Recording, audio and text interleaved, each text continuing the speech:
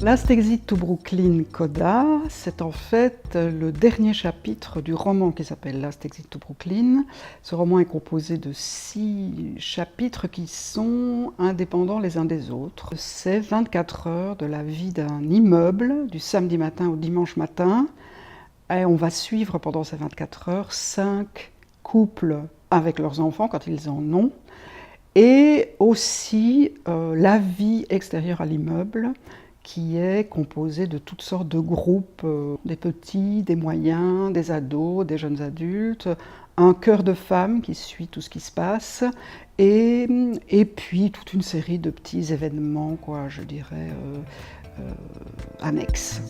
Si on s'interroge sur ce que font les individus de leur journée de congé dans un milieu plutôt modeste, voire pauvre, dans les années 60, fin des années 50, début des années 60, on tombe inévitablement sur une grosse inégalité entre les hommes et les femmes. Je pense que c'est un focus, un éclairage que Selby veut donner absolument, parce que le texte commence par un homme qui refuse de se lever pour aller faire des courses alors que sa femme travaille, bien qu'on soit samedi, qu'ils ont 2 enfants.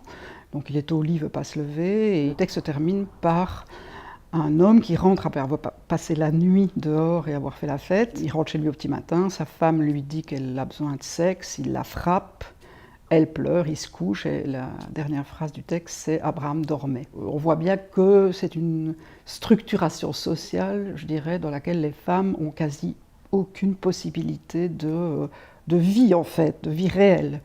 Et le chœur des femmes dont j'ai parlé tout à l'heure est une sorte de revanche prise sur cette situation dans une forme, je dirais, presque un tout petit peu mythique, en ce sens que Selby lui-même l'appelle le chœur des femmes, alors que c'est pas du théâtre, c'est de la littérature. Mais là, on dirait quand même qu'il y a une sorte de petite référence à une mythologie où les femmes peuvent devenir des vengeresses, comme ça, voilà. J'ai commencé à lire Selby quand il est mort, je ne l'avais pas lu avant. Et quand j'ai lu Last Exit, et particulièrement la dernière partie, j'ai senti qu'il y avait du théâtre. Bon voilà, c'est des sensations toujours assez intuitives. C'est la sensation qu'il y a du théâtre dedans et que c'est une sorte de théâtre de notre monde.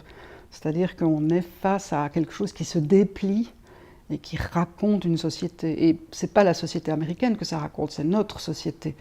Et de confronter la volonté de ces projects, c'est comme ça que ça se dit en anglais, qui sont appelés HLM, d'enfermer tout le monde dans des petites cases qui sont toutes les mêmes, parce que même s'il y a de la